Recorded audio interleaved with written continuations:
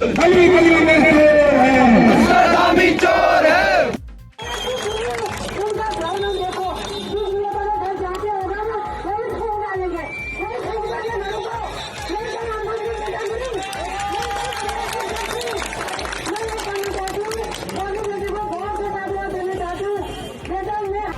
Coaching mafia और नकल mafia एक होकर राज्य में नकल जहाज छेड़ने का प्रयास कर रहे हैं। जांच से पहले ही प्रदेश में अराजकता फैलाने का प्रयास कर रहे हैं। लेकिन मैं आप सभी उन सभी नकल माफियाओं को, उन जिहादियों को बता देना चाहता हूं कि हमारी सरकार राज्य में नकल माफियाओं को जब तक मिट्टी में नहीं मिला देगी तब तक हम गारंटी नहीं करेंगे। ऐसे लोग हैं जिनका इन युवाओं से, भर्ती परीक्षाओं से कोई लेना देना नहीं है, केवल वो अपना स्वार्थ सिद्ध करना चाहते हैं। और जो भी एसआईटी की जांच में सामने आएगा उसके आधार पर हम छात्रों के हित में जो भी निर्णय लेना होगा, हम एक मिनट भी पीछे हटने वाले नहीं हैं। लेकिन ये भी दुर्भाग्यपूर्ण है कि छात्रों की आड़ में सरकार को निशाना बनाया जा रहा है, उसका राजनीतिकरण किया जा रहा है, देशद्रोह के नारे लगाए जा रहे हैं और सनातन धर्म का अपमान किया जा रहा है।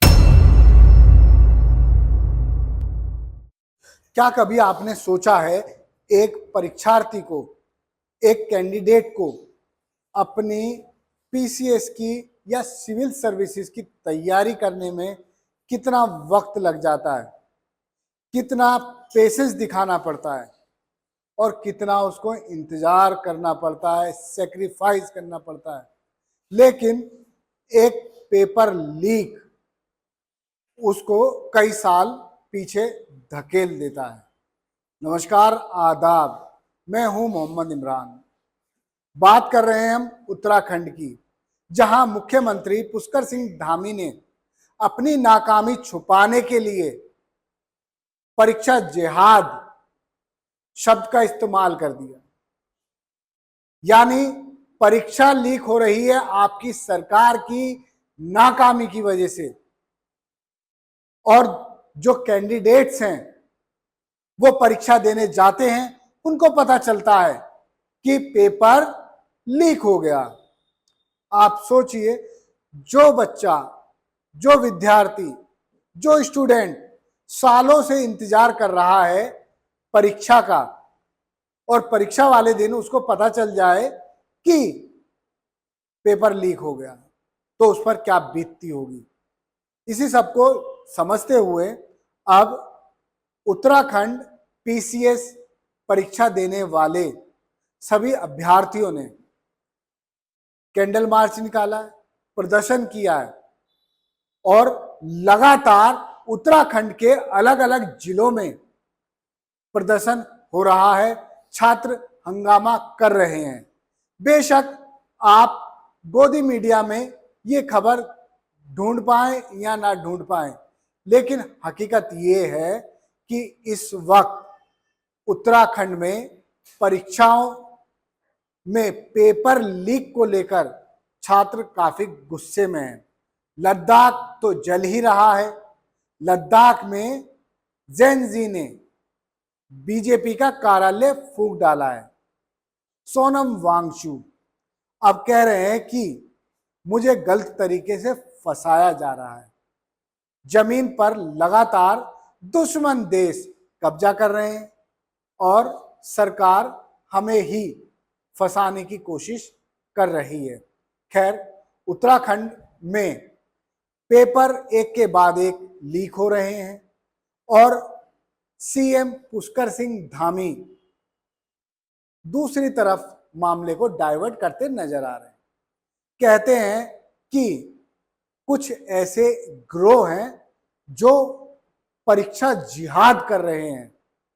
गली गली में चोर है, सलामी चोर है, पुष्कर धामी लीक है, लीक है, पुष्कर धामी लीक है, पेपर लीक है। का सुखा खाएंगे, धामी को हटाएंगे, का सुखा खाएंगे, धामी को हटाएंगे, सत्ता के दलालों को, झूले मारो सालों को, अभी तली अंगड़ाई है, आगे और लड़ाई है, अभी तली अंगड़ाई है, आगे और लड़ाई है, सत्ता के दलालों को, झूले मारो सालों को।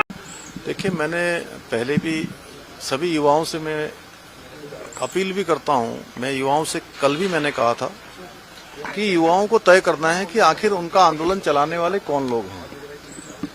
आखिर उनके आंदोलन के कारण से या युवाओं को, नौजवानों को सड़क पर लाकर कौन लोग अपने हित साध रहे हैं, कौन लोग इसका पूरी तरह से, किन लोगों ने इसको राजनीति की तरफ पूरी तरह से धकेल दिया है, इसका राजनीतिकरण कर दिया है।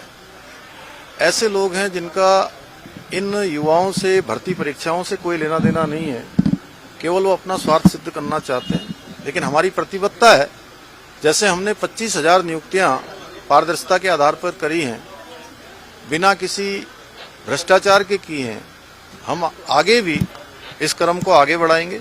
हमारा संकल्प है, जो कैलेंडर है वो कैलेंडर जारी होगा। और जो वर्तमान प्रकरण आया था उसमें हमने युवाओं की तरफ से ही बात आई थी कि इस एक स्थान पर ये शिकायत आई है, इसकी जांच होनी चाहिए, निष्पक्षता से ये बात छात्रों के बीच में आनी चाहिए। तो हमने हाईकोर्ट के जज से जो है इसकी जांच के लिए उनके सुपरविजन में जांच कराने का सरकार ने निर्णय ले लिया है।